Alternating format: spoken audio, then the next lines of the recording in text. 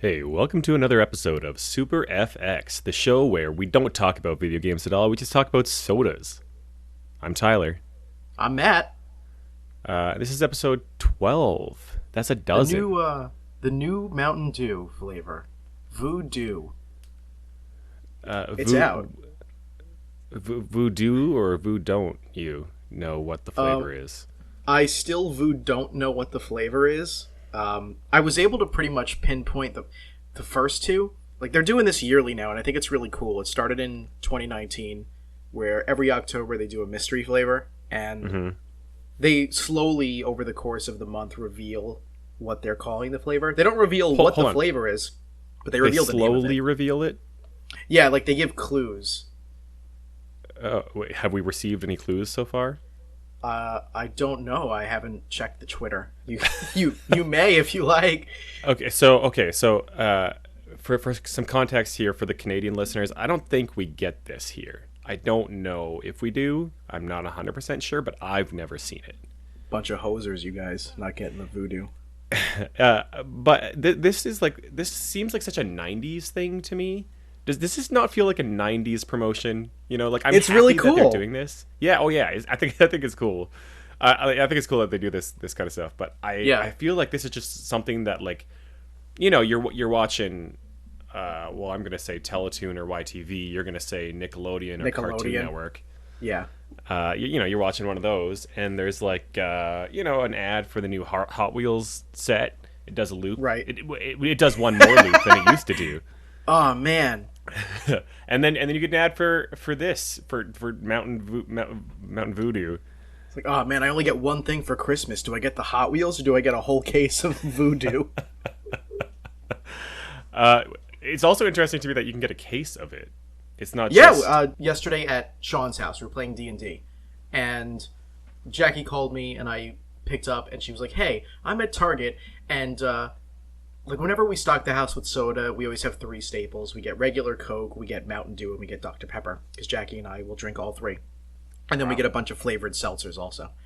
And she told me that they didn't have regular Mountain Dew, but they have the new Voodoo for this year. But since we haven't tasted it yet, do I want to get a whole case of it? I'm like, fuck yeah. Mountain Dew's only ever put out 2 flavors I didn't like in my whole life. So yeah, we're getting a whole case. Yeah. We don't get much. Soda is the devil, you know. Like, soda's got a lot of sugar in it. Oh, I know. So I try to not, you know, it's like a treat for us. So we definitely do a lot of seltzer, flavored seltzer. I know you said you had flavored seltzer. What brand? Yeah. Like, do you get like a what is it, like what are they called? LaCroix? Oh, ew, no. It's like, I have kind of like a tepid history with flavored seltzers because I really like seltzer as a concept because I'm not like, I'm very unhealthy, so I'm not the biggest fan of like regular ass water. It's basically just a homework assignment. So seltzer is my go-to. All right. Yeah, Okay. Seltzer's my go-to, but there's something about having a nice, refreshing tasting drink that draws me to want to have a drink in the first place, and seltzer never fits that it never checks that box. And I've tried different flavored seltzers before, like LaCroix, or what's the name of that other flavored seltzer? White Claw? No, that's flavored with something else. Yeah. The Canada Dry, or like anything Wait, what else, the fuck? really. Canada Dry? That's ginger ale.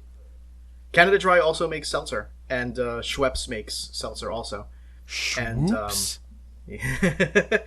And when we were at MagFest, The fuck me is and Jackie, Schwoops? the one that you couldn't go to, we discovered at the vendor for food and drink, they were selling Bubbly, which is a Target brand. Oh, And, what? Hold the phone. Yeah. We got Bubbly here, and that's what we buy. Really? Bubbly, as Yeah. far as I understand it, is a Pepsi product. That, you know what? That's possible. I haven't seen it in Walmart though, so that led me to assume it was a Target. They might product. have like an exclusive distribution deal or something. Maybe. Some shit. You can But pretty yeah. much get it everywhere here. Not only do they have a wide array of different flavors, including ones I've never seen in seltzers before, like pineapple and watermelon, but their seltzer is like really flavor forward, so it doesn't feel like seltzer. It feels like a real drink, and like I love it. I finally found a seltzer that feels like it's not a chore to drink just for the health benefit. Bubbly soda's legit. It's so good. I'm currently drinking root beer flavored seltzer. Ooh, yeah, that's interesting.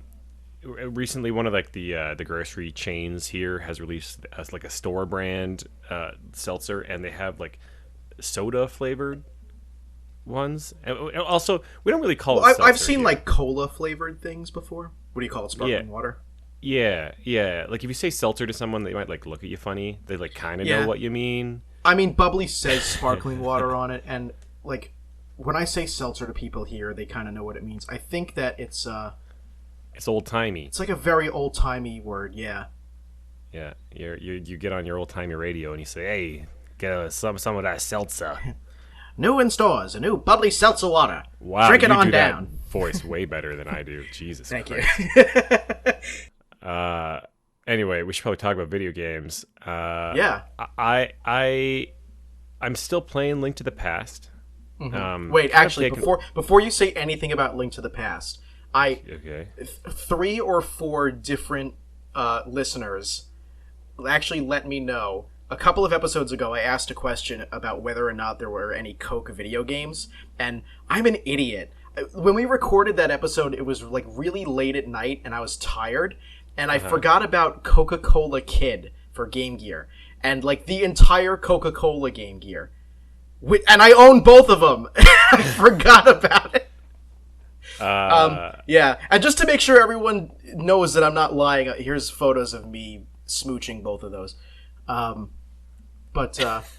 Yeah, I was really tired and I forgot. So there, yes, that's a Coca-Cola thing and a Coca-Cola console. Link to the Past, go. Well, now everybody knows that. Everybody thinks that you're a big old moron for not knowing the 2 Coca-Cola related Game Gear. Everyone knew I was a moron already just because of the way that I am. It's okay. We hit the most important Coke game, which is Coke Music, and will always be Coke Music. So, Link to the Past. Yeah, I've got like a dungeon left, maybe 2. I don't really know what the last dungeon is. I don't know, like if there's one after. So I don't know. Don't spoil it. It's coming. We're almost done. Sure. It's still good. I don't know. It's still good. I talked a lot last time about like the controls are really tight and like it feels really good. Since then, I've had a couple weird instances where I get like kind of locked into a corner, or there's like a certain type of enemy or something where like I just like can't get the angle on it. Like, you know, if you're fighting like an enemy that has a sword and you're hitting him with your sword, it's like there's like a knockback. Yeah. And so you gotta have to like step to the side a little bit to hit it directly. Yeah. Sometimes that, or like certain monsters or whatever, like you just kind of get in an awkward spot and you can't do that sidestep or whatever, and then they're just like on top of you and you're like taking damage and you're like, I can't fucking go there's nowhere for me to go. Yeah. And so you just kind of take endless damage because you can't move somewhere. So like there's a couple instances where it kind of, like that kind of shit happens. Yeah. And honestly, Zelda games are often kind of lambasted, especially in modern times, for being a little bit too easy and too handholdy. But with Link to the Past, the game starts out pretty tame, and it really is a good shining example of the more you play it and the further you get, the harder and more tedious the enemy fights are. So like that's a pretty good example. Some of the difficulty I think is a little bit artificial, like where you just get backed into a corner like that. But I mean that is still technically difficulty, I guess. Yeah, like I've talked in the past a bit about how like I love it when a game doesn't feel cheap. You know, like if you die, it feels like it's your fault, right? Like you messed up. Yeah, and I think for the most part, it's like that. Yeah, I think it's like 95% that. And you're right. I think the game does scale quite well in terms of difficulty. The enemies get harder, and then you get the tempered sword or whatever, and then you get stronger, and then the enemies get stronger, and et cetera, et cetera. It seems to be scaled quite well. It's still crazy to me to think that this game is fucking like 30 years old. Every time I play it, it just it still feels so fresh. I think it shows its age in like a couple places. Like I wish the map was a little better. Viewing the map sometimes is just like it's tiny. It's not clear what things are where. Like there's like that kind of thing that I don't think they've nailed down yet. But in terms of like straight up gameplay, like they did so well so early on. Like it's pretty insane to me. So I'm hoping to wrap that up this week, and that way, once Banana Mania comes out, I'm gonna get going on that, and obviously Dread later on this week. Yeah, actually, I wanted to ask a question about your Link to the Past playthrough, because when you were first starting, and you were asking me like, is there anything that I should like know that's not spoilery? And I was like, nah, pretty much if you just explore, you'll find everything okay. Was that helpful? Because the medallions kind of come into play in a few places, and the game never tells you about them. So as long as you explore, you'll find them. But how did you fare? Okay, so I found the Bombos one first, I think it's called. Yeah. And then the third one, which is the Ether one. Yeah. And then the second one is like the lightning one. Yeah. I don't know. Anyway, I found the first one and the third one before I found the second one. Okay. And so there was like on my and I just kind of found them naturally, like I wasn't really looking for them or anything. And on my inventory there was like a gap between the two, and I was like, oh shoot, there's another one. And then there's one of the dungeons. I think I want to say it's the most recent dungeon, like maybe the 7th one in the Dark World, where you have to like stand on a platform and it makes you do that attack. Yeah. And I'm like, oh, that's the one I don't have. Yep. So then I had to go walking around trying to find it, spending like an hour trying to find where the hell this thing is. Yeah, that's why I pretty much said, like, as long as you're exploring really well, you shouldn't have a problem. But I remember when I was growing up and I did that for the first time. Because it's not even just one spot. I think there's 2 places in the game where in order to access a dungeon, you need a medallion. Yeah, maybe. And, it was like, there's a little bit of that, like, I have found on a number of occasions where there is something that I need and I don't know where to go, so I just have to walk around until I find it. And that's a little frustrating. And then there's also some instances where like I like the game doesn't tell me or the game doesn't give me a hint as to what I'm supposed to do, and I have so many items and so many like things I can do that I just stand there trying all of them. Like, there'll be like a rock that I can't move or something, or like a button or whatever it is. And I'm like, okay, like I'm going to spray the magic powder on it, and then I'm going to hit it with the hammer, and then I'm going to try running at it, and then I'm going to try and then there's 10 different things that activate things. And it's not always super clear what you're supposed to use on like what objects, Yeah. And it's almost to the point where there's so many items that like I kind of forget that I have some of them. Yeah, Link has a lot of utility in Link to the Past compared to... actually, I think even most Zelda games, that item list is gigantic. Yeah, and then like... Except maybe Twilight Princess, that wheel of items is pretty big too. Yeah, they like... Then you get the gloves, and you're like, oh, the gloves were the thing that was supposed to do the thing over there. Like, and you're like, I don't really have a problem with the amount of items and the diversity of the items. I think it keeps it interesting, but I think it could do a better job at giving you a clue as to which item should be used. Right. And I don't know exactly what the best way to do that is, whether they just want to like put a sign up or, whatever it is. But I think it could have done better at that, because there have been a number of frustrating moments where I'm just standing there like an idiot, like using every item I have in the hopes that one of them activate it. Yeah. It's only the 3rd Zelda game, so it still has a lot of product of its time faults. So yeah. It's I think overall it's pretty well designed, and I'm the type of gamer who takes notes, like that note section in the back of every instruction manual. I never used that because I never wanted to write in it, but I would always be like, oh, the game wants me to take notes? Maybe I should. Like, I don't really know anybody else who does that, but like if I'm playing like a Metroidvania or a Zelda style game and I come across something that I can't access, I'll write it down and like exactly where it's located, and then every time I get a new upgrade, I'll fucking like, oh, cool. Oh, shit, my notes. And then I'll look back at them and be like, this one still can't do that. This, stuff like that. So yeah, I was actually thinking like this game would have been the perfect like schoolyard game, Like remember when you're at school and like the kids are always like talking about Pokemon. It was always Pokemon Blue and Red and then Yellow came out for me, and that was always like kids were always like spreading rumors and talking about Mew under the truck and all that. I think we talked about this like last time or the time before, but a lot of instances playing through Link to the Past, I was just kind of remembering those moments from my childhood and thinking about how like I know that if I had played this in second grade or whatever, that we would have loved this shit, and we would have been like all over like piecing together the puzzles, and kids are making rumors, and kids are lying about where things are because their uncle works at Nintendo. Like that's the thing. We definitely got like some of the schoolyard antics when it came to like sharing secrets about video games, but we didn't get like the golden years of it because we were born too late. It really sucks. Like I'm really happy that I got information about like Mario 64 or Yoshi's Story or Pokemon, Mario Sunshine, stuff like that. But most of the time with those games, it was all just like lies and urban legends. Most of the stories that I hear about older games, people were sharing like legitimate, helpful information. Like one person would be like, I bombed open this cave here and found this. Like, what? Where was that? I bombed open this cave over here and found that. What? Where was that? And they'll like trade it with each other, and it's super cool.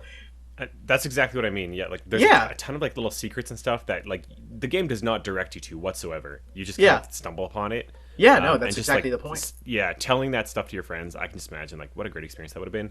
Now, obviously, everything's just Googleable, and you can just fact check. Like, I'm sure there are these 8-year-olds on the playground like whipping out their still phones to this day. Like, no, check it out. IGN says that's a lie. Like, fuck that. Yeah, no, man. If you go on YouTube.com and you type in Yoshi and Luigi on the roof in Mario 64, it's there. Anyway, it's just one of these like I wish I had that kind of experience with this game, because I think it's just really it's so built for that. And I like to think that when like during the development cycle that they had planned some of this stuff with the expectation that is some of the strategy, the playground community driven strategy was kind of taken into consideration during the development cycle, but who knows. I think if it had been, then that was probably the best plan ever, because it worked out amazingly. Yeah. And if it wasn't, then they played the long con. So Link to the Past. So I'll wrap that up pretty quick here. Yeah. I should also mention I also played a little bit of Ludo. Oh yeah, in the 51 worldwide something or other. Well, I don't know what that 51 board game it's bangers. Like Clubhouse Games 51 worldwide classics. Is that the full title? I don't know. I always forget. There's on there. There's Ludo, which is also called Sorry, I think. Yeah, Parcheesi, Sorry, etc. And my friends all say that they hate it. That's just because they're bad at it. Well, I think maybe they kind of do, but here's the thing: is that they say they hate it, but we always end up playing a whole game, no matter what. Yeah. Because that's the kind of game that, like, you say you hate it because it's frustrating, but it's still fun to play. Yeah. It's stupid, but it's one of those things you throw on, and then people just end up mindlessly playing it while doing other stuff, or while shooting the shit, talking about whatever. And then 2 hours later, somebody won, and then it's great. 2 hours. Oh, dude, it takes forever with 4 players. Oh, I know. And then you just like with 4 humans, yeah. And there's so much just like, oh, you roll again, you roll the 6, roll again, and somebody puts down the controller, or somebody gets up to go to the bathroom. They're just like, play for me, and you're like, yeah, I can hit A bunch on your controller, sure, because there's like so little strategy, so little decisions to be made. Yeah, I don't know. I feel like maybe nobody else feels this way, but I feel like in our group that Ludo's been quite the hit, but I'm sure I'll get some kickback on that. That reminds me of when we played, when you and I tried out the online for 51 Worldwide Classics, and we couldn't get the hang of toy baseball. Like, it was way too. The pitches were all way too fast to be able to time a hit. I think it was the lag. I don't know. I don't know. If you have 51 classic board games on Switch, go play toy baseball and come at us and let us know what you think. Yeah, I don't know if it was the lag because you eventually figured it out, and I still couldn't. I think I just compensated for it. You just compensated for it. I was compensating for something. Well, you always are. That's what it's like to be, in the bigger country with fewer people. You gotta compensate. What the? Tell me what games you've been playing. Quite a few, actually. Since I finished Pokemon, I've been a little bit hesitant to start anything gigantic because Greta's coming soon. So I talked last time about Kirby and the Rainbow Curse, and sorry. For a brief moment, I thought you said Greta's coming soon. No, Dread is coming soon. Although okay. Metroid Greta, Kirby and the Rainbow Curse only took me like a week, and so I've been just kind of hopping from short game to short game. And in the last couple of days, I played and finished Legendary Axe on TurboGrafx 16. Since we talked about it on last episode, I decided to play all the way through Battle for Bikini Bottom, the original, on PS2. Whoa. And then, just in the last couple of days, I 100%ed Pac-Man World for PlayStation 1. And those are all some really fun experiences. In the show notes, you have Pac-Man Whirl. Yeah. And you didn't give me any context as to what the hell that was, and so I just thought this was like some fucking obscure Famicom game or something that I had never heard about. This whole time, I'm sitting here staring at this document. Yeah, staring at this document, waiting for you to bust out what the hell Pac-Man Whirl is. Did you know what BBB was? No, I also didn't put that together. That's why, okay, listeners, if you go back and when Matt says he played Battle for Bikini Bottom, you can hear me go, oh, and that's me realizing what BBB means. Yeah, we have like this document where we notes. Like outline the show, and sometimes Tyler and I we'll like banter a little bit before the show, but sometimes we want to get a genuine reaction out of each other, so we'll abbreviate what we want to talk about on the show notes so that we can't see what it is until we actually discuss it. So I put Legendary Axe. Yeah, I put Legendary Axe because who cares, right? But BBB because we talked about it last time and I wanted it to be a surprise. And then I wrote Pac-Man Whirl, like WHIRL. So yeah. I legitimately thought that was some like fucking Famicom game. Honestly, I thought you would get that one. It was the BBB. I was mostly like Pankuman Wodu. Pankuman Wodu. But yeah, actually, the one I want to talk about the most is Legendary Axe because it's a TurboGrafx 16 game, which means none of our listeners have probably heard of it. Maybe Ben has, but nobody else probably. Legendary Axe is just a 2D side-scrolling platformer for the ill-fated TurboGrafx 16. I won't go into too much history there because we'll be here for eons, but tried to compete with the Super Nintendo and didn't. It's a really solid game. It's such a shame that the TurboGrafx 16 failed and no one knows about it because it's very challenging. It's like a cross between Castlevania and, like, have you ever played Astyanax on the NES? No. It's like a cross between the two of those where it's like hesitant platforming and you have to strategize the way you're going to get through. You can't just plow through it. And it's melee-based combat, but it doesn't use a whip. It uses like an axe, Legendary Axe. So you have to get close to all of your enemies, but they all deal like massive damage to you, and it's a very strategic platformer. It's a short game, though. It can be beaten in like under 2 hours, but only if you're good at it. And even though it can be beaten in under 2 hours, I am now because I played it for 4 days in a row trying to get good at it. It's so fun. I really recommend it to anybody. And since TurboGrafx 16 stuff is difficult to come by and even more expensive than normal stuff like Super Nintendo and Genesis, I'd recommend honestly just emulating it because it is really worth playing. It's such a good game. It's so fun. The music's great. The graphics are bright and colorful, and even the story is kind of cute. which I won't spoil just in case anyone's interested in it. But Has go it check ever that been out. re-released on anything? No, not really. I think it was on Virtual Console when the Wii got TurboGrafx games. Yes. But that's about it. And it also has a sequel, Legendary Axe 2, which I can't speak on because I haven't played it, but it exists. So it was popular enough among the Turbo crowd back in the day to warrant a sequel. But the Turbo crowd. yeah. But yeah. With Battle for Bikini Bottom, I just got inspired to play it again since we mentioned the Cosmic Shake last time. And I didn't go for 100% this time around. I'll do that next time, but I finally played it all the way through, which I'd never done before, and God, it holds up so well. It's one of the best mid-2000s 3D platformers there is, period, end of story. It is so good. Yeah, I played it as a kid, but the one I played more of, for whatever reason, was the movie game. Yeah. That's the other one that I keep hearing is, like, pretty good, but yeah, it's kind of like, I hear mixed things about it. Yeah, it sounds like Battle for Bikini Bottom is better. Yeah, like unanimously, no one has anything bad to say about Battle. Yeah. Tell me about Pac-Man World. This I have played. Uh-huh. I did not beat it ever, but I have it. So I don't know. Like I guess I could go back to it at some point, but I don't know why I would. It's pretty simple to 100%.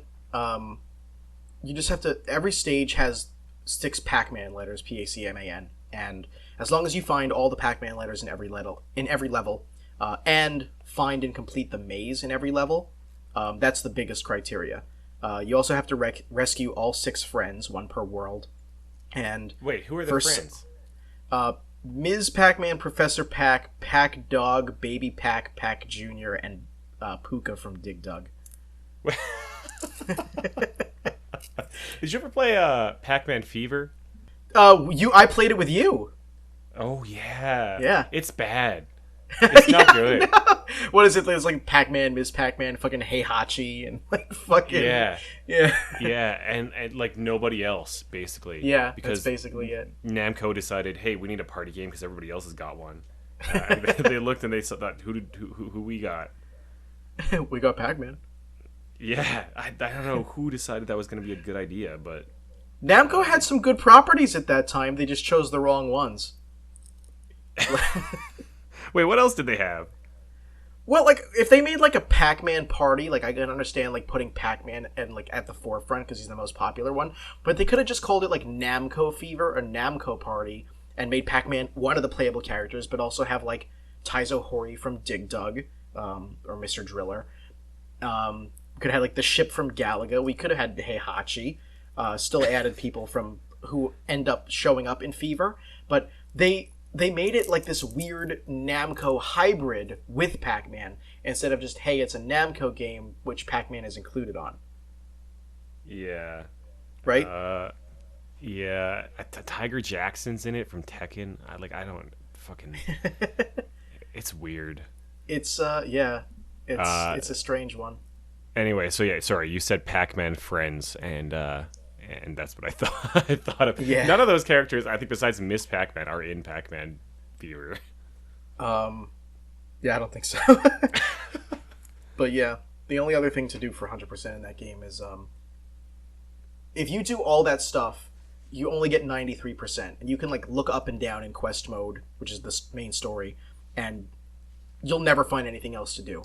To get the last 7%, the game wants you to back all the way out of quest mode onto the main menu and enter like marathon mode of the mazes, which is essentially just a mini game, and you have to complete all of the mazes in marathon mode to get the extra 7%, which was a little frustrating when I figured it out because I went back and looked through like several levels for something that I might have missed. Ugh. I gotta ask you. I'm gonna ask you the same question that I asked you, I think, pretty frequently while you were doing your Pokemon shit. Yeah. You have fun? Yeah, actually, I did have a good time. Yes. Wow. All right. I don't remember that game being fun. The thing is, when you play through it and you just kind of blow through it, it is one of those platformers that you could just kind of blow through. There aren't very many consequences for just going like ape shit with the controller and just plowing through everything. But when you go for 100%, it becomes a more strategic operation where you can't take too much damage because then you won't be able to get this thing, or you have to really explore to get all the collectibles. And it is a much more satisfying experience challenging yourself for 100% than it is just, I'm going to play a Pac-Man platformer and nothing else. So my Pac-Man World story is this. I got Pac-Man World as a 7-year-old or so. It was Mother's Day, and 7-year-old me only knew video games and nothing else. And I knew, 7-year-old me knew that, hey, my mom likes Pac-Man. I've seen her play that a time or two. It's Mother's Day, and so my dad and I were at Walmart, and I was like, oh yeah, I got a gift. You know what it's going to be. It's going to be a video game, because moms love video games. So I saw Pac-Man World there, and I was like, yep, that's the one. Mom loves Pac-Man. And, Mother's Day rolls around. I say, Happy Mother's Day, Mom. I got you Pac-Man. And she's like, oh, thanks. I love Pac-Man. And it promptly went into my PlayStation, and I played it, and Mom did not play it, and now it's on my shelf. Wow. That's interesting. Yeah.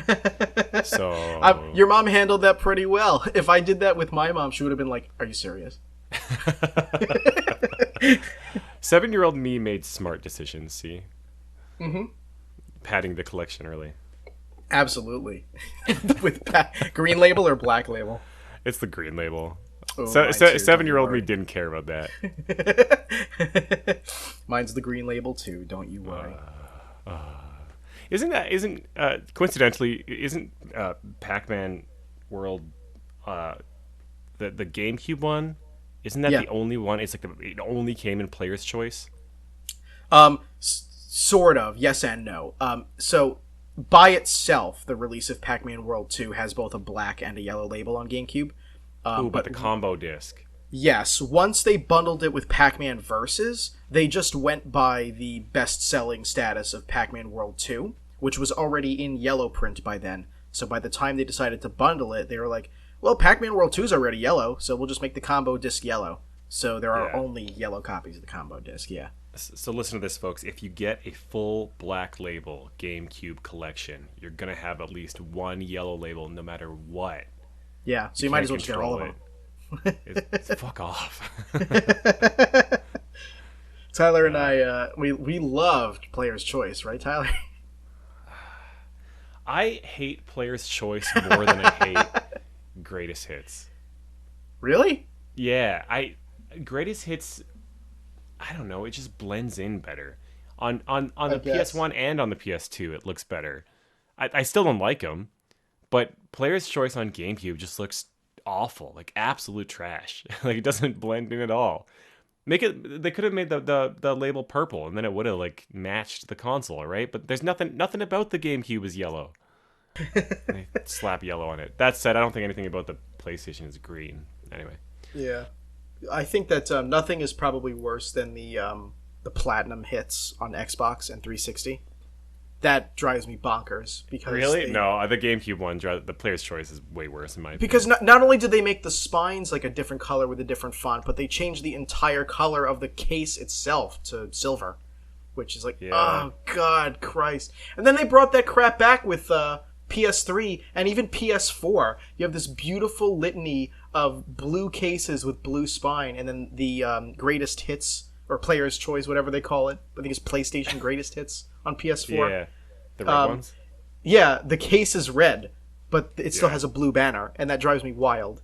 That one I really don't like. Fucking none of these are good. I don't know why they do this shit. Like, why just because they're not thinking about collectors when they're making mad cash on the fucking people who are going to the Walmart bargain bin, and they're like, oh, Pac-Man World 2 plus Pac-Man Versus, a little junior son of a bitch will love that. What a deal. Yeah. $9.97. Anyway. All right, we got to move on. You want to get into that gamer news with a Z, or illegally doesn't count? Yeah, at first we were like, hey, we don't have a lot to talk about this week. We've only got a couple things.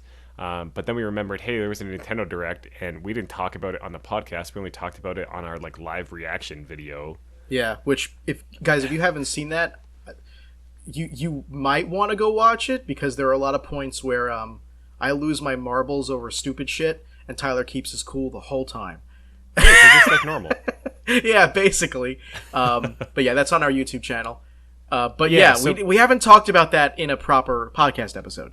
No, so maybe what we should do is we'll go through like the headlines. If you want to hear us react live or hear a little bit more about our takes, go check that out. It's on our YouTube channel. All right, let's get the headlines. Kirby, I think, was the big thing. They didn't end with it, but it was in the middle, and they totally got us by making us think it was Splatoon, but it wasn't Splatoon. It's a new Kirby 3D platformer, we think.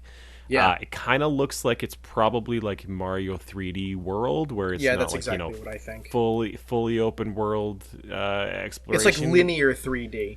Yeah, if that makes sense. So, but that looks like fucking dope, man. Like holy crap. Kirby's been in like 3D games before. Like there was like Kirby. What the fuck is that game? Battle Royale, something like that. There's like a 3D like Kirby fighting game. But that doesn't count because no one played that. Kinda. Air Ride, I guess, counts a little bit too, but like those don't count because in the case of Air Ride, it's the spin-off, and in the case of the other one that I forget the name of, nobody played it. So, this is the first main series Kirby game that's going to be an actual 3D, or at the very least linear 3D, and like that's so cool. Yeah.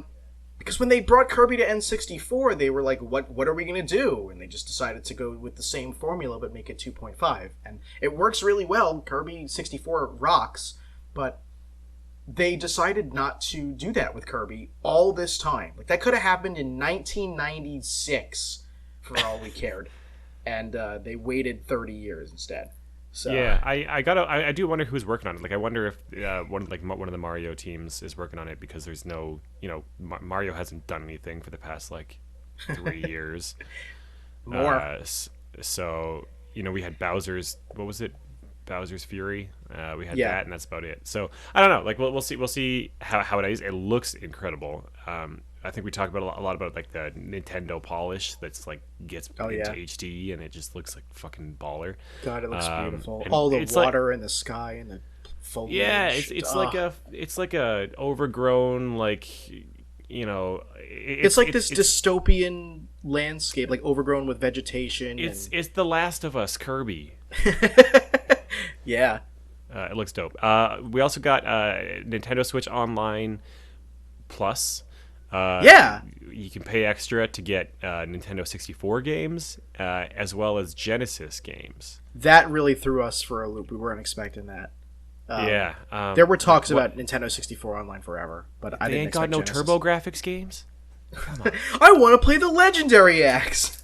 Yeah. Again. So that looks dope. I thought so. One thing that's interesting about that is that they are doing as they did with the NES and the Super Nintendo, Nintendo Switch Online. They will have a Switch kind of Bluetooth controller that is an N64 controller, and I'm extremely interested to see what the analog stick is like, because I wonder if Nintendo is going to start manufacturing N64 analog sticks again. Because as everybody knows, those things do not wear well. They do not age well.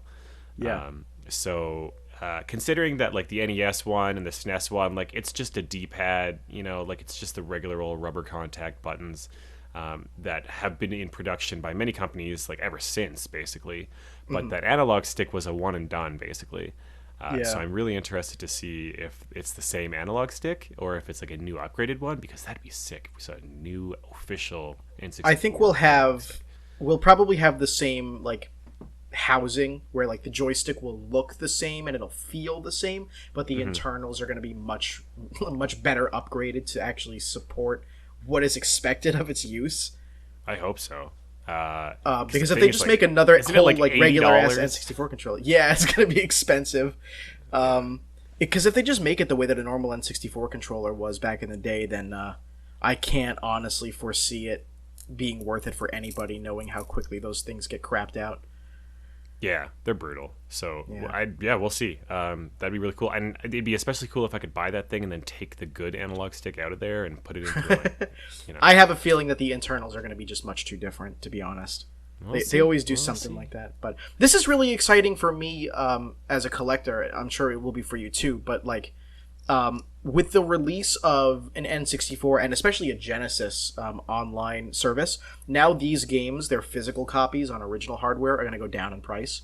You see this happen a lot. The same thing happened with Earthbound, and I'm mostly excited for Musha, which is included in the Genesis online pack, because that game is really rare and expensive to own physically, but now that it's going to be widely available with just a subscription, it's going to go down, and that's going to be awesome because I still don't have that.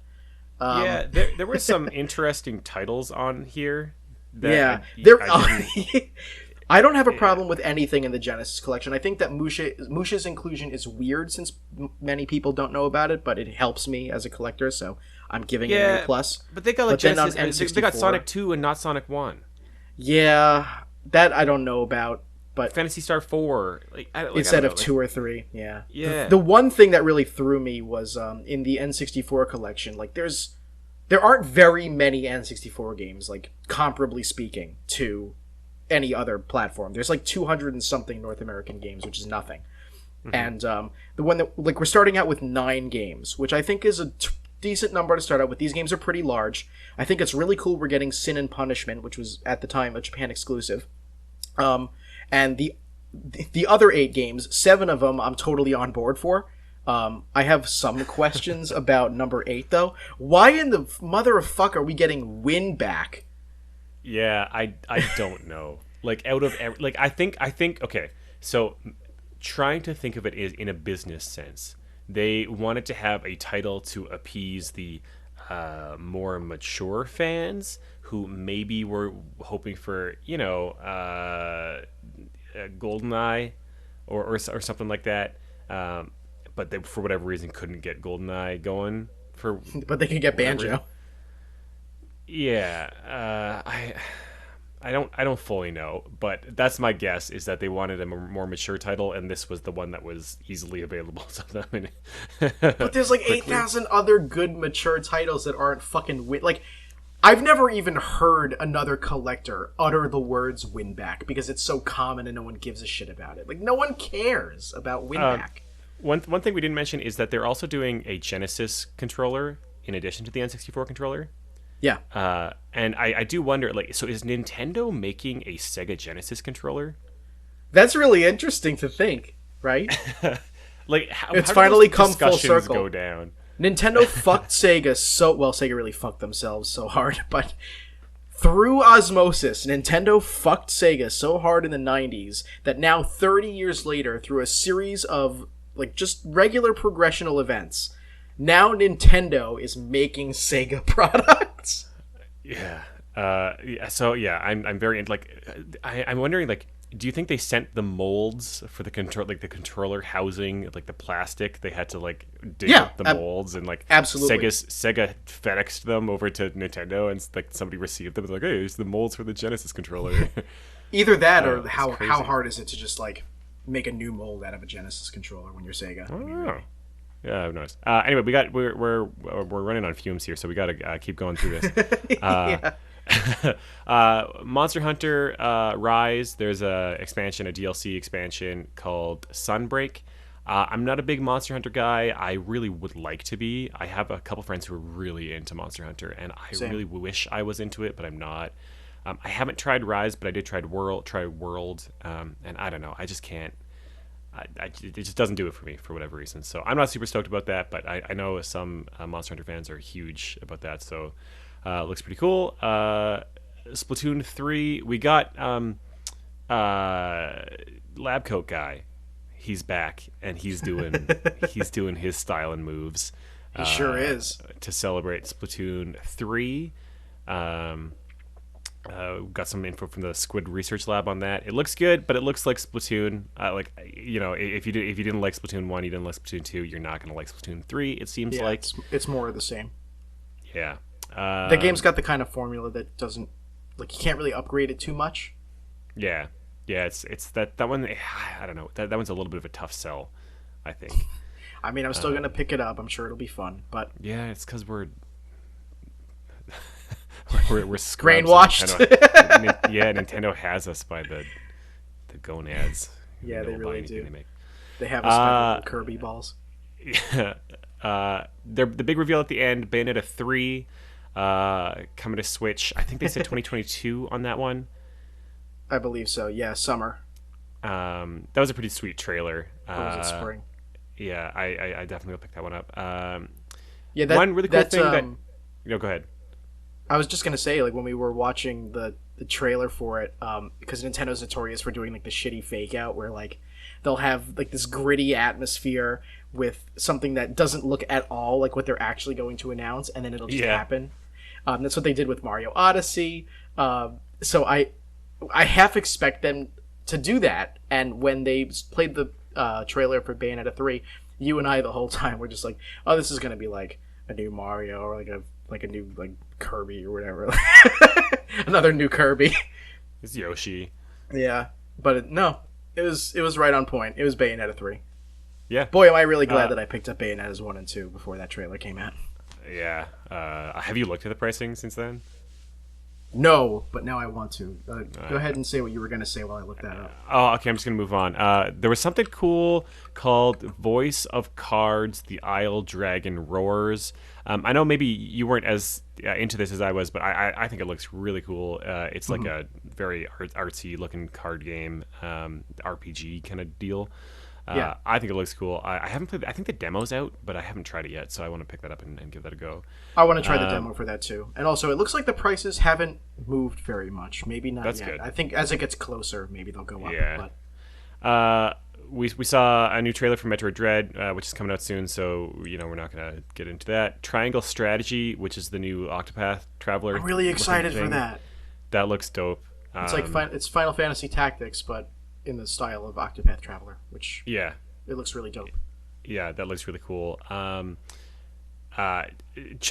GP. It's a new Chocobo racing. It looks cute. I hope it's not really expensive, and then maybe I'll pick it up. $60 for a Chocobo kart racer. And then we saw mostly some trailers for things that we kind of already knew about. Deltarune. There's going to be an Animal Crossing Direct for people who are somehow still playing that game. Dying Light 1 and 2 coming on Switch. Disco Elysium coming to Switch. Two kind of remasters, re-releases coming out on Switch, which are pretty interesting. One is the Castlevania Advance Collection. Yeah. And one is the ActRaiser Renaissance, which looks really cool. That's like a remaster, like as hell. Yeah, that one looks really, straight really up cool. like just a really good remaster of the first game. I love ActRaiser and ActRaiser 2, so this was a big treat for me personally. And having the Castlevania Advance Collection come out is also really good because again, that'll lower the prices of the Castlevania Advance games. Not for me, I'm already good on them, but for other people who want to get into them. And, of course, if they don't want to buy the regular-ass cartridges, then this is a great starting point for a lot of fans of Metroidvanias who want to get into like the Castlevania proper games. Because wait, are the advanced games the Castlevania proper? Well, you know what I mean. Like they're some of the best Metroidvania Castlevanias. Yeah, certainly. When I said Castlevania proper, I just meant like actual like Castlevania games, like not like spin-offs or reimaginings or indie like inspired. Like these are 3 of the best 2D Metroidvania Castlevania titles, and that's fucking awesome that they're all on Switch now. Well, it's interesting that you said that. The other piece of news that I guess we have to chat about is Konami. There's a rumor that Konami is set to revive Castlevania. Along with Metal Gear and Silent Hill. I hope this is true, except maybe the Metal Gear stuff, because I feel like Konami doing Metal Gear without Hideo Kojima might be a little strange. We'll see, I guess. Everybody is kind of familiar with the whole Konami situation, that they really have kind of stepped away from video games in the past decade or so. To kind of focus on their pachinko machines. Yeah, they're like casino offerings in Japan and worldwide. And there's a rumor out this week that they're looking to come back, looking to revive some of their old titles. The release of the Advanced Collection is definitely like a good sign. Well. Yeah. It's kind of yet to be seen what Revival looks like. Whether or not that's like a full brand new Castlevania game coming out. AAA, all three platforms kind of thing. Just as long as we don't get any more of that like shitty Lords of Shadow bullshit that no one. Well, the other side of the coin is they could just do, and I wouldn't put it past them to just do a couple half-assed mobile releases and call it a day, right? Right. So I'm not getting my hopes up for this. I don't know about you. I was really really big on the PT demo on PlayStation. I thought that was just incredible, and obviously like some of the best kind of horror storytelling that we've seen, I think, in video games in quite a while. And the fact that when that got canceled, I was just gutted. So I'm really really with a grain of salt hopeful that something to that. You got to think that somebody at Konami was like, hey, we really had something there and we lost it. We dropped the ball and people want this. And so is there a way we can kind of get something to that, to the same vein going and get that out? Because that'd be fire. Obviously without Kojima involved and without Guillermo del Toro involved, that might be a different story. So we'll see what happens there. But damn, I miss PT. I wish that had happened. Are copies of like PT that are installed on PS4s, like are PS4s still selling for like hundreds of dollars? Oh, I'm sure. Had I known, man, I bought a PS4. This was before I actually like owned a PS4. I bought one like over a Halloween weekend, and I brought it to a friend's house, downloaded PT. We all had fun playing PT, and then I returned the PS4. Because there was just nothing else on the PS4 that I really wanted to play, and so I I did the old rental. And knowing now that I just kept that PS4, that I'd still be able to play PT, but nope, that's long gone. It's unfortunate. Well, and you can look forward to Banana Mania tomorrow, at least. That's like a good Banana Mania for PT. Yeah. Friends of the show, the Super Monkey Ball team. I'm always tweeting them. They're always tweeting me back. What's up, Super Monkey Ball social media team? What's up, Super Monkey Ball social media team?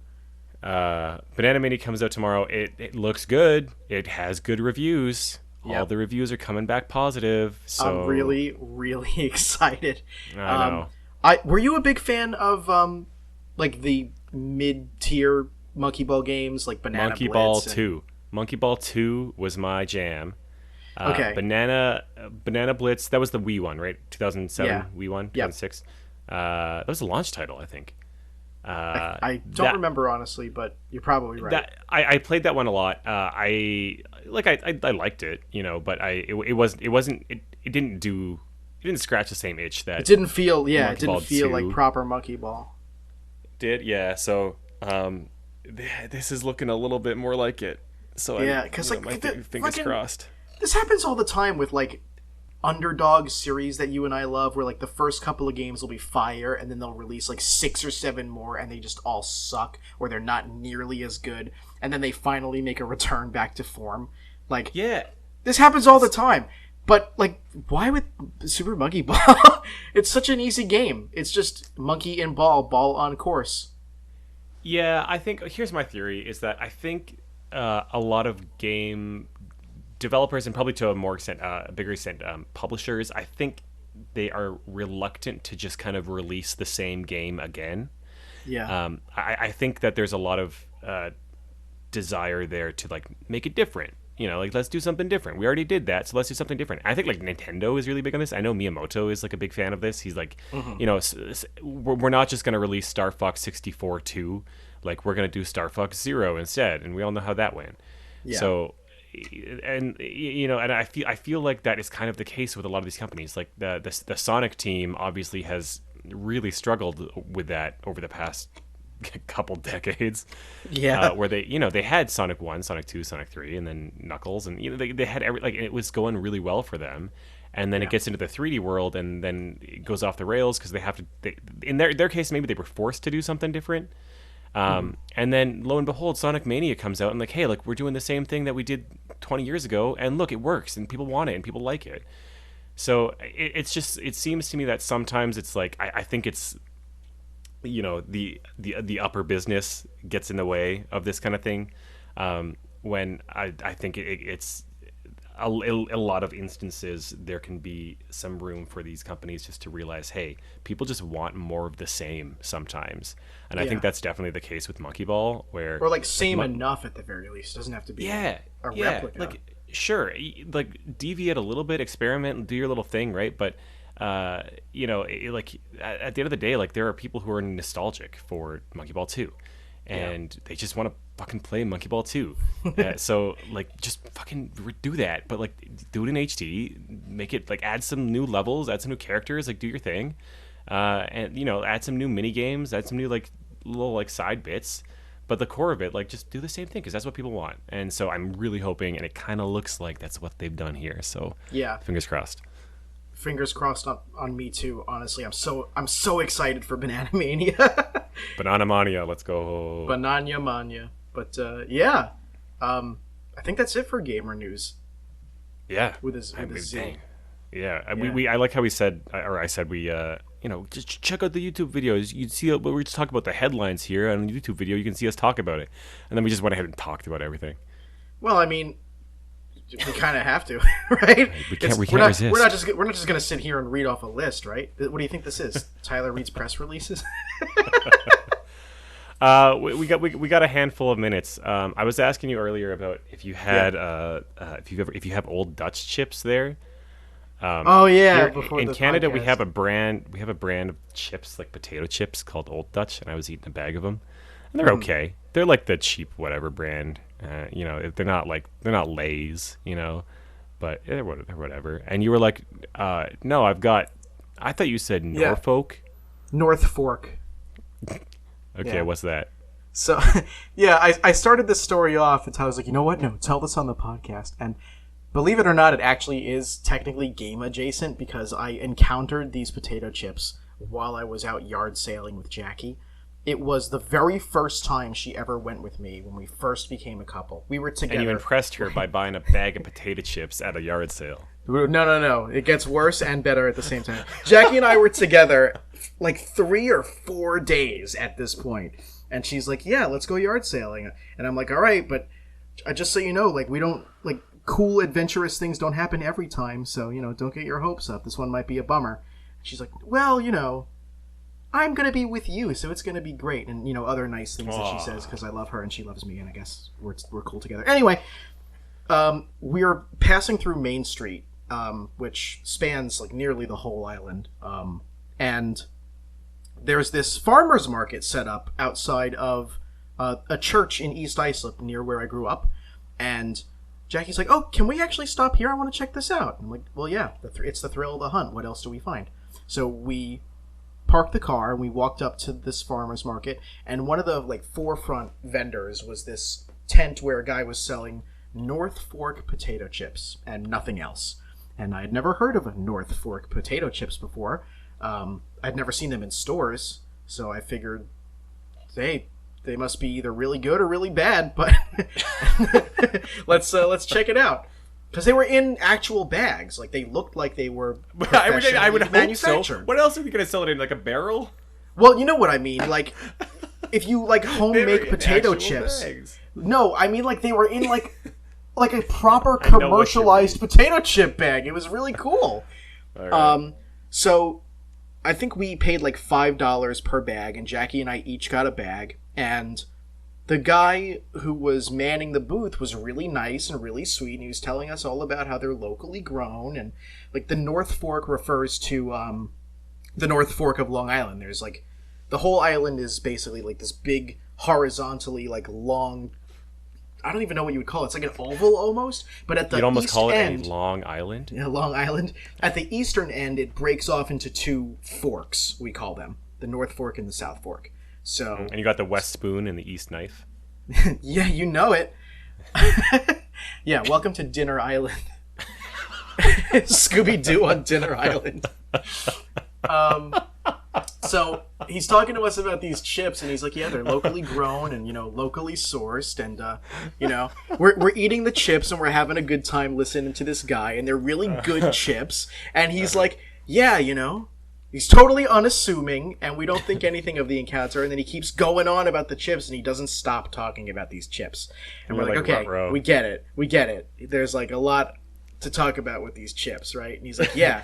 He just keeps going on. And eventually we find a good place to, like, end the conversation, because he decides to continue and say, yeah, these chips, they're really good because they're not like the chips you buy in the store that have all those preservatives that cause autism. Oh. And Jackie and I are just like, well, we gotta go back to yard sailing later.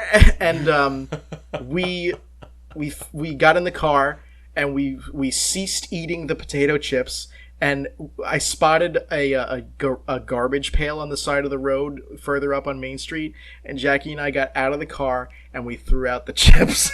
Oh, no. You were hyping me up. I thought we were going to get a new sponsorship from North Fork Potato Chips.